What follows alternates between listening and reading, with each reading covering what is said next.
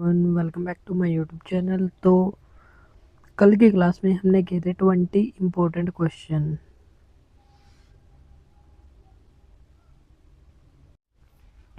और आज की क्लास में हम 21 से लेकर 50 यानी कि 50 क्वेश्चन कंप्लीट करेंगे। चलिए शुरू करते हैं हम हमारी आज की क्लास। भारतीय संसद के दोनों सदनों में साधारण विधेयक पर मतभेद की स्थिति में केस किसको पेश किया जाता है? यानी कि अगर संसद के दोनों सदनों में साधारण विधेयक है उस पर मतभेद हो जाए, दोनों सदनों में मतभेद हो तो ये किसको पेश किया जाता है? तो ये किया जाता है दोनों सदनों के संयुक्त अधिवेशन को। और संयुक्त अधिवेशन का उल्लेख अनुच्छेद 108 में मिलता है और ये प्रावधान हमने किस देश से लिया है ये बताना आपको कमेंट बॉक्स में। और इस अधिवेशन की अध्यक्षता लोकसभा स्पीकर करता है। अगर लोकसभा स्पीकर उपस्थित नहीं है तो इसकी अध्यक्षता करेगा लोकसभा का उपसभापति। अगर वो भी नहीं है तो राज्यसभा का उपसभापति इसकी अध्यक्षता करेगा। तो ऐसा प्रावधान वहाँ पर मिलता है और ये राष्ट्रपति के द्वारा बुलाया जाता है। अनुच्छेद 108 के तहत लोकसभा स्पीकर इसकी अध्यक्षता करेगा। लोकसभा सदस्य की अयोग्यता के प्रश्न पर निर्णय किसके द्वारा लिया जाता है? तो ये निर्णय लिया जाता है लोकसभा अध्यक्ष के द्वारा, जिसे लोकसभा स्पीकर भी कहते हैं। और पहले लोकसभा के स्पीकर ये थे जी.बी. मावलंकर और अब वर्तमान में हैं 18वीं लोकसभा के स्पीकर ये है ओम बिरला। और किसी सदस्य की निर्भरता के प्रश्न का निपटारा करता है। और संविधान के 10वीं अनुसूची में दल परिवर्तन के आधार पर सांसदों और विधेयकों की निर्भरता से संबंधित उपबंधों का भी वर्णन मिलता है। यानी कि 52वें संविधान संशोधन के द्वारा जोड़ा गया था 1985 में दल बदल संबंधी अनुसूची नंबर 10। और इसमें कहा गया था कि अगर किसी व्यक्ति ने एक दल से चुनाव लड़ लिया और चुनाव लड़ने के बाद वो दूसरे दल में जाता है तो उसकी सदस्यता को रद्द किया जा सकता है। उसके लिए कुछ प्रावधान भी किए गए हैं, जैसे दल बदल के आधार पर उत्पन्न योग्यता का निर्धारण लोकसभा अध्यक्ष करेगा और संसद सदस्यों की योग्यता और अयोग्यता से संबंधित विवाद का निर्धारण निर्वाचन आयोग के परामर्श से राष्ट्रपति के द्वारा किया जाता है। संवैधानिक उपचारों का अधिकार भारतीय संविधान के किस अनुच्छेद में है? तो यह है अनुच्छेद 32 में। और अनुच्छेद 39 ये डीपीएसपी के अंतर्गत एक आर्टिकल आता है और इसके द्वारा 39A 42वें संविधान संशोधन द्वारा जोड़ा गया था, जिसमें समान वेतन की बात कही गई थी। यानी कि लिंग के आधार पर वेतन में कोई भेदभाव नहीं होगा। यानी कि महिला और पुरुष अगर दोनों ही 7-7 घंटे काम कर रहे हैं तो दोनों को वेतन भी समान ही मिलेगा। अनुच्छेद 19 में स्वतंत्रता को लेकर और 6 प्रकार की स्वतंत्रता को लेकर यहाँ पर मिलता है। अनुच्छेद 15 समानता के अधिकार से संबंधित है। तो अनुच्छेद 32 के तहत अगर हमारे मौलिक अधिकारों का उल्लंघन हो तो हम सीधे सुप्रीम कोर्ट जा सकते हैं और सुप्रीम कोर्ट हमारे अधिकारों की रक्षा के लिए 5 प्रकार के रिट को जारी कर सकता है। और अगर हम हाई कोर्ट जाएं तो हाई कोर्ट हम जा सकते हैं अनुच्छेद 214 के तहत। और हाई कोर्ट का उल्लेख तो है अनुच्छेद 214 में, लेकिन हाई कोर्ट जा सकते हैं अनुच्छेद 226 के तहत। और हाई कोर्ट 6 प्रकार के रेट को जारी करता है। और जो अनुच्छेद 32 है उसको डॉक्टर भीमराव अंबेडकर ने संविधान की आत्मा कहा था। निम्न में से कौन सी मूल श्रेणी छुआछूत का विलोपन करती है? छुआछूत है आर्टिकल 17 के तहत इसका विलोपन करती है या इसका अंत करती है। तो ये समानता के अधिकार में है। समानता का अधिकार अनुच्छेद 14 से 18 तक है और स्वतंत्रता का ये है 19 से 22 तक। धार्मिक स्वतंत्रता ये है 25 से 28 और शोषण के विरुद्ध अधिकार ये है 23 और 24 में। और एक मौलिक अधिकार है शिक्षा और अल्पसंख्यक के अधिकारों के संबंधित शिक्षा और संस्कृति संबंधी अधिकार 29 और 30 में। और 31 में था संपत्ति का मौलिक अधिकार, जिसको 44वें संविधान संशोधन से भारतीय संविधान से हटा दिया गया था। और अनुच्छेद 32 में संवैधानिक उपचारों का अधिकार, जो हमने पिछले क्वेश्चन में पढ़ा है।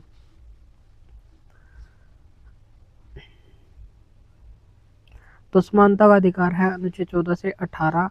14 में क्या कहा गया? विधि के समक्ष सभी समान है, कानून के समक्ष समानता को लेकर यहाँ पर मिलता है। 15 में कहा गया है धर्म, मूल, वंश, जाति, लिंग और जन्म स्थान के आधार पर कोई भेदभाव नहीं किया जाएगा। 17 में अस्पृश्यता या छुआछूत के अंत के बारे में और 18 में उपाधियों के अंत के बारे में बताया गया है। सेना और शिक्षा संबंधी उपाधियां अपवाद हैं, यानी कि उनमें उपाधियां दी जा सकती हैं, लेकिन अन्य उपाधियां नहीं दी जा सकती। निम्न में से कौन सा संविधान भारतीय संविधान में निरूपित नहीं है? तो क्या नहीं है? तो निर्वाचन आयोग है अनुच्छेद 324 में, संघ लोक सेवा आयोग अनुच्छेद 312 से लेकर 315, 324 तक, 323 तक है। मंत्रिपरिषद ये 74 आर्टिकल में है। लेकिन भारतीय राष्ट्रीय कांग्रेस ये नहीं है, ये एक संगठन है जिसकी स्थापना हुई थी 1885 में। तो जिनका उल्लेख संविधान में है वे है संवैधानिक, बाकी संवैधानिक नहीं है। राज्य लोक सेवा आयोग, वित्त आयोग, अनुसूचित जाति के लिए राष्ट्रीय आयोग, ये सभी संवैधानिक आयोग हैं। सरकारिया आयोग किसके संबंधों के पुनरावलोकन के लिए स्थापित किया गया था? तो यह केंद्र और राज्यों के संबंधों के लिए स्थापित किया गया था और इसकी स्थापना हुई थी 1983 में केंद्र सरकार के द्वारा। और यह आयोग 3 सदस्यीय था। सरकारिया आयोग के अध्यक्ष रंजीत सरकारिया थे, जबकि अन्य सदस्यों में SR सिंह और B शिवरामन थे। किस प्रधानमंत्री के कार्यकाल में नगर पालिका विधेयक पहली बार पेश किया गया था? तो पहली बार पेश किया गया था राजीव गांधी के समय। राजीव गांधी के प्रधानमंत्री तब कार्यकाल में नगर पालिका विधेयक प्रथम बार पेश किया गया और राजीव गांधी श्रीमती इंदिरा गांधी की मृत्यु के बाद भारत के प्रधानमंत्री बने थे और उनका कार्यकाल 1984 से लेकर 1989 तक था। किस राजनीतिक दल के सांसद सदस्य आनुपातिक रूप से सबसे अधिक फौजदारी मुकदमों में पंजीकृत हैं? तो जिस समय ये क्वेश्चन पूछा गया था तो उस समय थे राष्ट्रीय जनता पार्टी, लेकिन वर्तमान में ये बीजेपी के जो संसद सदस्य हैं वो सबसे अधिक फौजदारी मुकदमों में पंजीबद्ध है। तो प्रश्नकाल के दौरान राजद, राष्ट्रीय जनता दल, बीजेपी की स्थिति में था।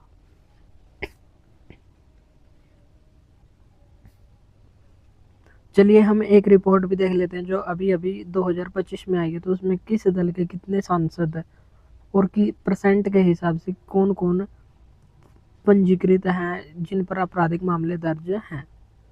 तो ये है रिपोर्ट, आपराधिक रिपोर्ट। रिपोर्ट के मुताबिक प्रमुख राजनीतिक दलों के विजयी उम्मीदवारों में आपराधिक मामलों की संख्या इस प्रकार है।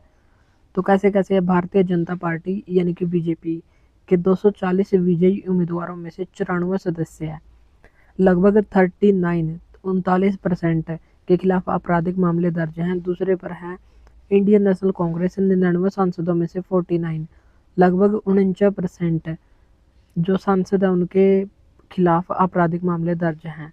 समाजवादी पार्टी 37 सांसदों में से 21, यानी कि लगभग 56% सांसदों पर आपराधिक मामले दर्ज हैं। और एक है all India Trinamool Congress TMC, इसमें 29 में से 13, लगभग 44% सांसदों के खिलाफ मामले दर्ज हैं।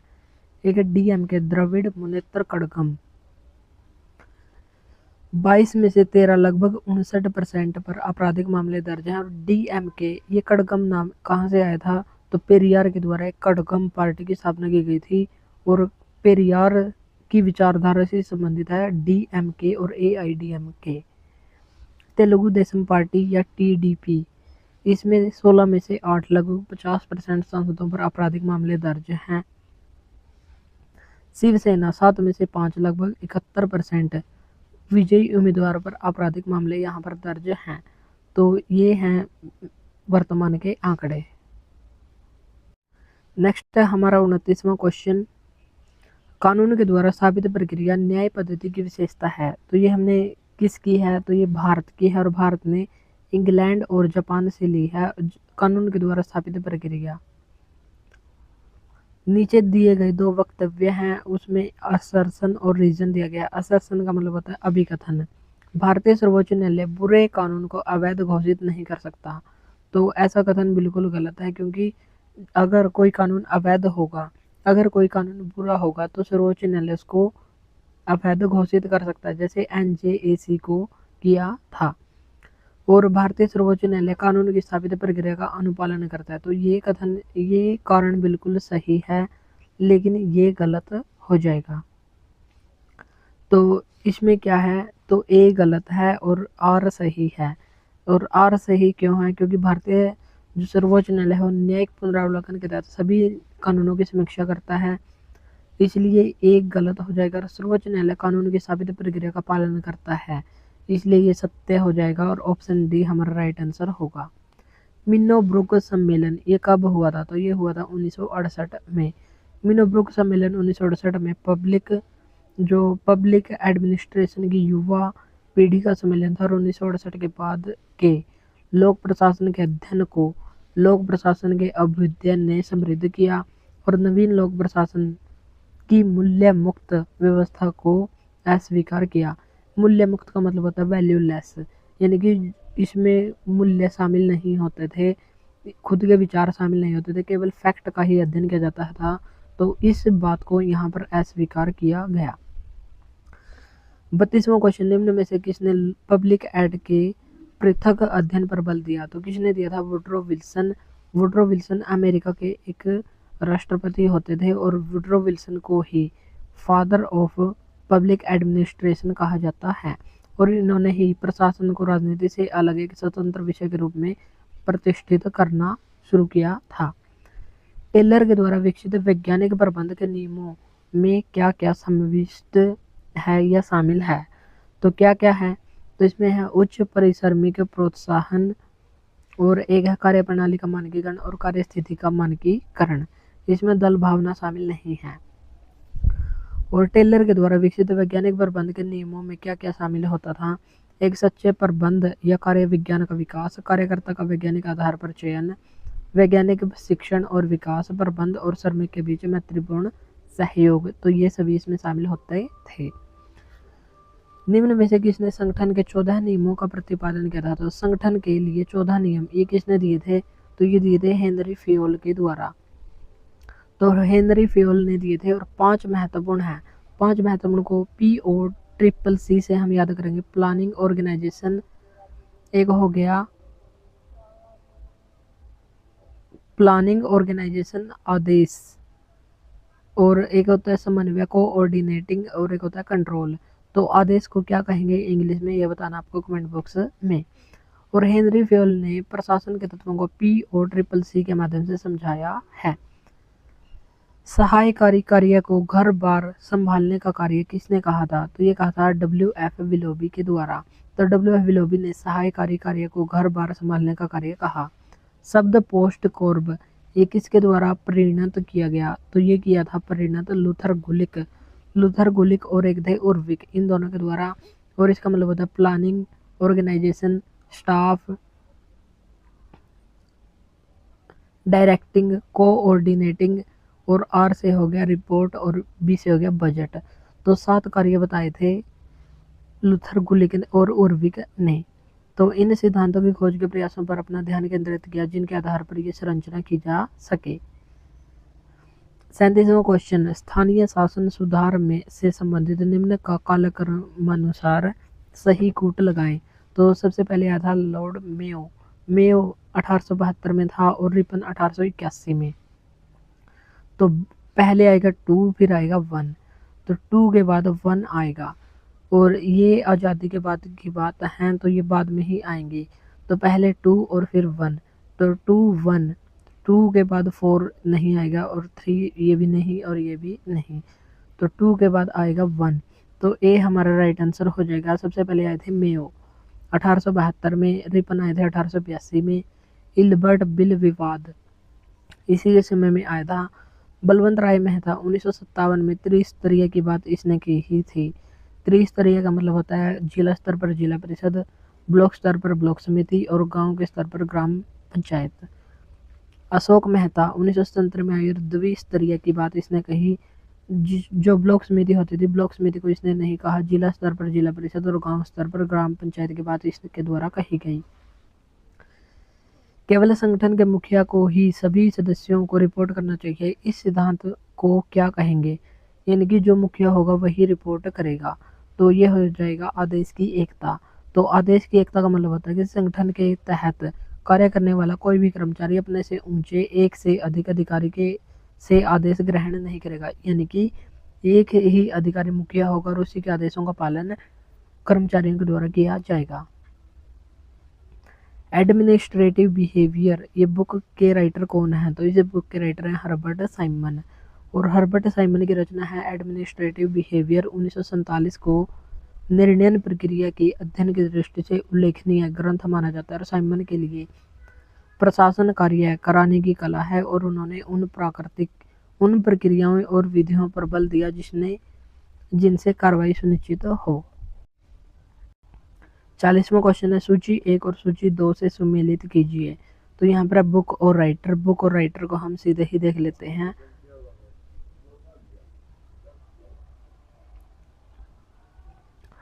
संगठन का चिर प्रतिष्ठित यानी कि हेनरी फेयोल क्रियाशील कार्य दे सकता, ये होता है FW टेलर सिद्धांत।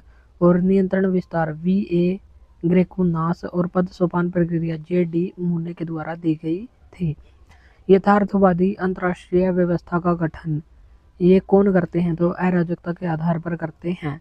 और यथार्थवादी दृष्टिकोण का आधार मैकियावेली का यह कथन था कि मनुष्य शस्त्र, धन और रोटी युद्ध की शक्ति है, परंतु चारों में पहले दो अत्यंत आवश्यक हैं, क्योंकि मनुष्य और शस्त्र, धन और रोटी प्राप्त कर सकते हैं, लेकिन रोटी और धन मनुष्य एवं शस्त्र प्राप्त नहीं कर सकते।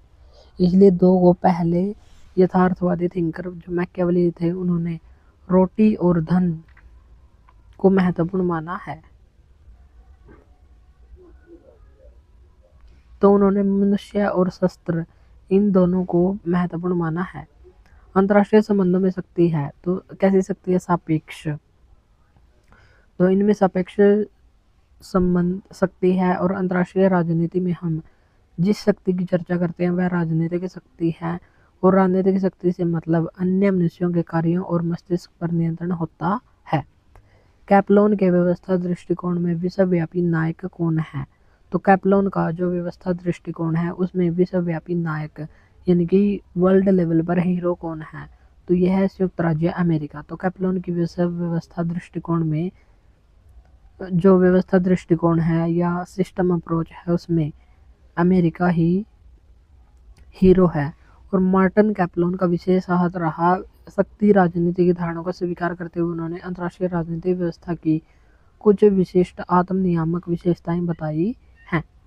तो नीचे कूट दिया गया है असर्शन और रीजन। संयुक्त सुरक्षा मृग तृष्णा है और राज्यों को भय की सामान्य अनुभूति नहीं है। तो इसमें क्या होगा? तो इसमें होगा ए सही है और आर गलत। तो राज्यों को भय की सामान्य अनुभूति नहीं है। तो संयुक्त सुरक्षा मृग तृष्णा है, तो ये बिल्कुल सही बात है। और राज्यों को भय की सामान्य अनुभूति होती है, यहाँ पर लिखा है नहीं होती, तो इसलिए ये हो जाएगा गलत।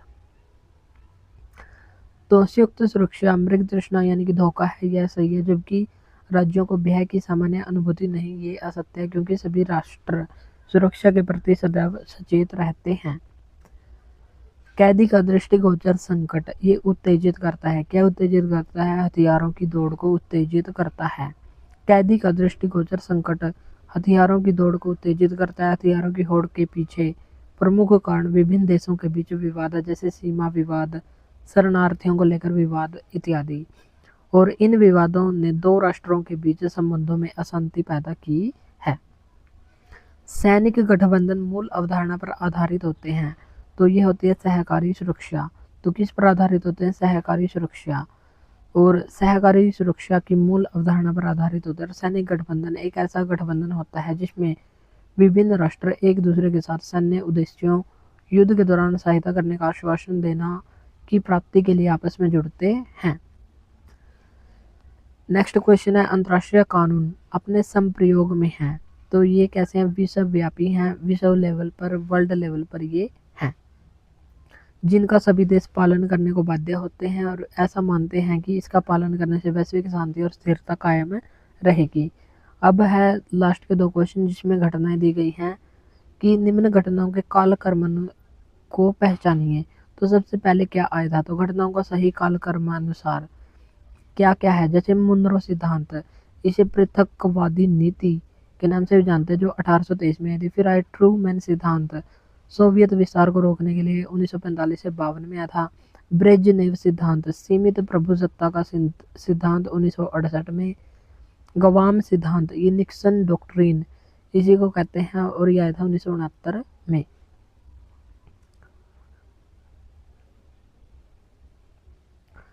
तो ये घटनाएं शीत युद्ध काल के समय घटित हुई थी।